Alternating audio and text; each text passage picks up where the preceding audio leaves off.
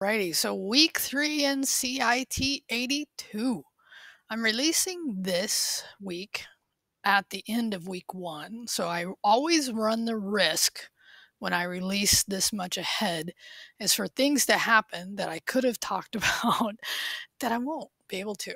So what I thought I'd do here is first mention again Discord and how helpful that can be to students. I've been posting here in week 1 just when my office hours are in my hopes that you'll get used to it. But in addition to that, I also posted out about free text or the bookstore vouchers for students. So that's another great reason to be out on Discord.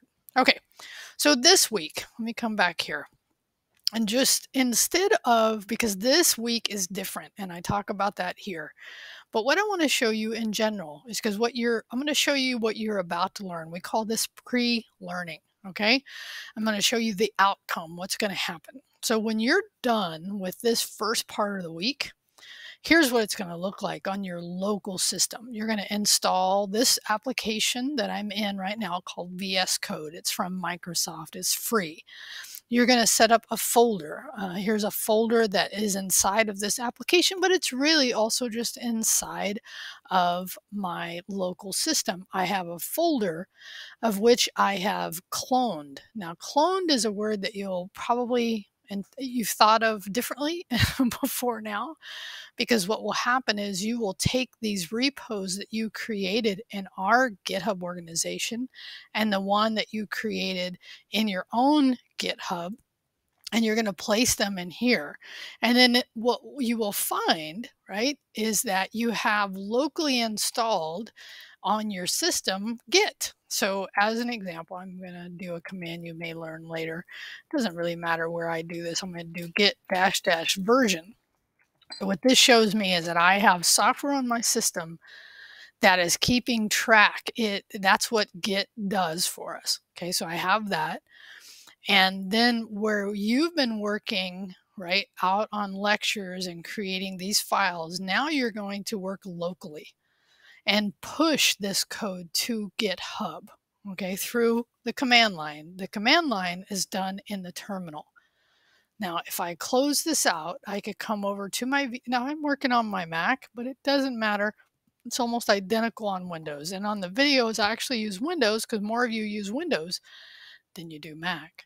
So if I opened up a new terminal, the terminal is a command line interface, right? So most people, 99%, so you're part of the 1%, I don't know if you like that or not, but that knows how to use a computer after this week, and maybe you did before, on the command line. And you're going to learn commands that allow us to version control. So as an example, right, I have a README file. And this is one of the ones I show. So right now, this README file here locally, I can tell it's up to date because of the color. Now that's something you're going to learn. But if I just went up here and typed update, right, now I could see, and this is showing me that there's this green line says we have new content here. And this content, it doesn't matter what it is, it'll be various things throughout this course, is only available here on my local system. So what I would do is I've changed my terminal to this folder. Now I could do it manually by doing CD, right? Change directory, or I could come over here, do open integrated terminal.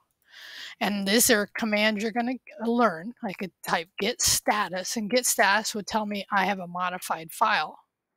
Now you're going to learn how to add files and how modified, right?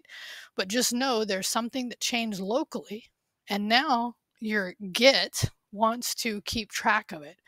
So what I do is I do git add, and I could do either git add star, which is a wildcard for everything, or that file specific. And I actually show you different times to use these different commands. But for right now, I'm going to clear the terminal. I'm going to say git add star. This says it's going to get anything I've changed, but in this case, I'd only changed one thing. And now I'm going to do a git commit. So first I tell it, hey, I have a change. And now I'm going to say commit that change. I'm going to say update did the readme.txt. Okay. You'll learn more about messages. But notice how as soon as I did that, now I've committed this change into my local repo. Now, this is what I show you. This is a repeat, but in this kind of experience, repeating things is not a bad thing. Okay, I'm actually going to also increase the size so you can see it. I'm working right now in my public repo. You should start seeing everybody's public repos, but remember, only you and I see the private ones. You can also search. Like I could search for only mine to see my private one because I'm just showing you this. Is that in my lectures? Actually, not in my lectures folder. Which one am I working on? See, that's good to know too, is understanding this folder structure. So I'm actually in lectures. So I'm actually in here and I'm modifying this file. This is the old version that's out on GitHub. This is the updated version that I've committed locally, but is not updated yet on GitHub. And this is the workflow that you're learning. When you hear me talk about workflow, that's what these commands are. And then when I do git push, this is going to push changes from my local system out to GitHub. Now, I talk about this screen and what it means, but for now, all we do is go back out to GitHub, refresh that, and then you would see that update that I made.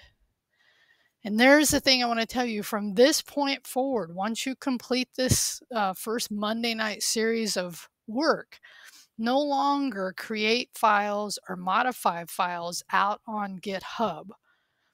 There is ways to fix errors that may get created by doing that, but it's just easier to not do that. And just to get used to always modifying your things here locally and then pushing that last command I just did, right, out to GitHub. So that is what you're going to learn this week, and it's really valuable and it's used everywhere, not just in web development, but in coding.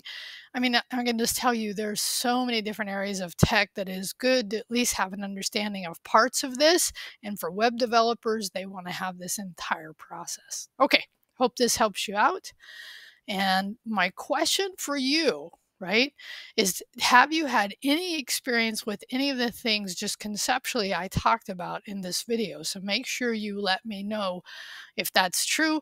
My last thing I'm going to say to you is the benefit of working ahead is you can get help, or if you submit something, I can give you feedback so you can fix it. All right, have a great week. Talk to you soon.